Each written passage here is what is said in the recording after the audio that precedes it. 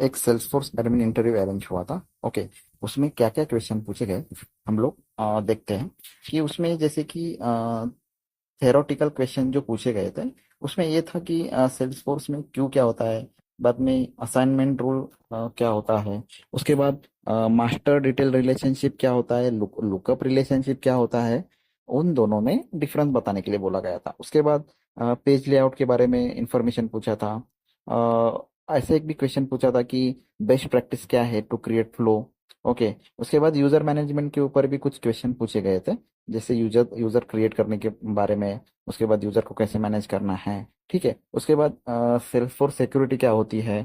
Okay. Sharing setting क्या होती है। ओके। उसके बाद OWD के बारे में भी पूछा गया था। उसके बाद रिपोर्ट एंड डैशबोर्ड के बारे में बता पूछा गया था। उसमें ऐसे भी एक क्वेश्चन पूछा गया था कि डायनामिक डैशबोर्ड क्या होता है। ओके। उसके बाद एक रोल प्रोफाइल में जो भी डिफरेंसेस है उसके बारे में बोलने बोलने के लिए बोला था, और कुछ इन्फॉर्मेशन पूछी थी। ठीक है। वैलिडेशन रूल क्या होता है, उसे कहाँ यूज करते हैं, ट्रिगर के बारे में पूछा गया था। Screen flow and record flow ये क्या होता है। ओके। उसके बाद परमिशन सेट, डेटा मैनेजमेंट के बारे में पूछा गया था, जो भी मतलब डेटा मैनेजमेंट यूज होता है, data load, work bench. Okay. SOQL query के रिगार्डिंग भी कुछ क्वेश्चन पूछे गए थे, कैसे क्वेरी होता है या क्या उसके लिमिटेशंस, गवर्नर लिमिट्स क्या है।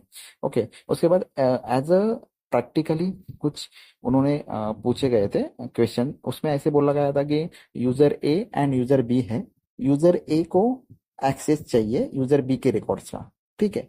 तो वो किस तरह आप मतलब उसे ये करोगे, अचीव करोगे। ओके। उसके बाद ऐसे भी एक क्वेश्चन पूछा गया था कि एक यूजर को डीएक्टिवेट किया है। ओके। और उस वो user as a schedule flow और वर्क फ्लो का ओनर है। ठीक है। तो क्या इशू आ सकता है और कैसे इसे रिजॉल्व कर सकते हैं। ओके। ठीक है दोस्तों, ये आप देख लीजिए इस क्वेश्चंस के आंसर। Thank you.